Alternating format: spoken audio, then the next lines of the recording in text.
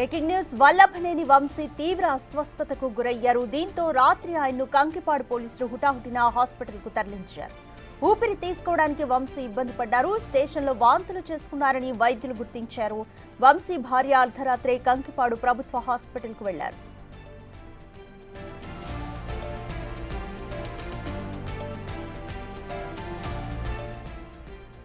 వల్లభనేని వంశీ నిన్న రాత్రి తీవ్ర అస్వస్థతకు గురయ్యారు. అయితే రాత్రి ఆయన్ని కంకిపాడు పోలీసులు హుటాహుటిన హాస్పిటల్కు తరలించారు.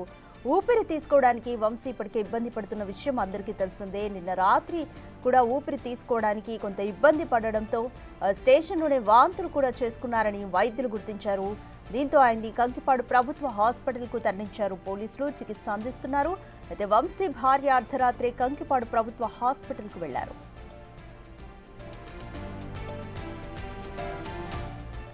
మోర్ డీటెయిల్స్ మా ప్రతినిధి శివ అందిస్తారు. శివ, వల్లభనేని వంశీ ప్రస్తుతం ఆరోగ్యం ఏ విధంగా ఉంది? డాక్టర్లు ఏమంటున్నారు?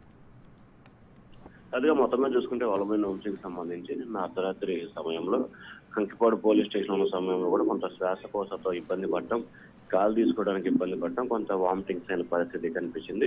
వెంటనే హుటాహుటిన కంకిపాడు ప్రభుత్వ వైద్య శాఖ తరలించారు. వెంటనే టెస్టులు అలాగే ఫస్ట్ ఎయిడ్ చికిత్స చేసిన పరిస్థితి కనిపించింది. ఎప్పటికీ ఆయన పరిస్థితి అయితే పెద్దగా ఇబ్బంది లేదని చెప్పి కూడా వైద్యులు చెప్పారు. ఆ తర్వాత ఆయన సతీమణి అలాగే కృష్ణా జిల్లా అధ్యక్షుడు మాజీ మంత్రి పేర్ని నాని కూడా అక్కడికి చేరుకున్న పరిస్థితి కనిపించింది.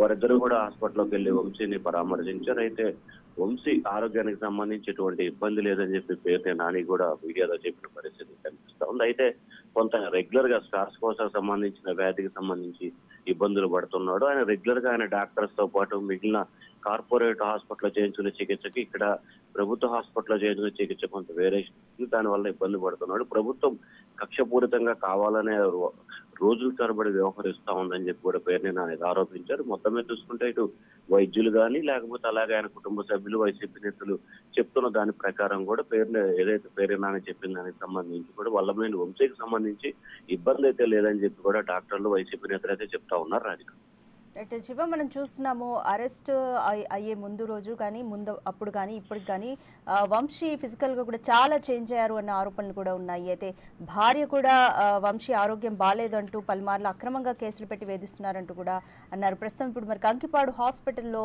వల్లభనేని వంశీ ఉన్నారు. వంశీ భార్య ఏమంటున్నారు? వల్లభనేని వంశీకి సంబంధించి కూడా దాదాపుగా 100 రోజులు పైగానే గడుస్తుంది. ఆయన విజయవాడ సబ్ జైల్లో రిమాండ్ ఖైదీగా ఉన్న నేపథ్యంలో ప్రస్తుతం ఆయన అనారోగ్య సమస్యలకు సంబంధించి గతంలో వెన్నుపూస నొప్పి, ఆ తర్వాత శ్వాసకోశ నొప్పి, జలుబు, దగ్గుతో పాటుగా కొంత వామిటింగ్ అవుతున్న పరిస్థితి కనిపిస్తా ఉంది.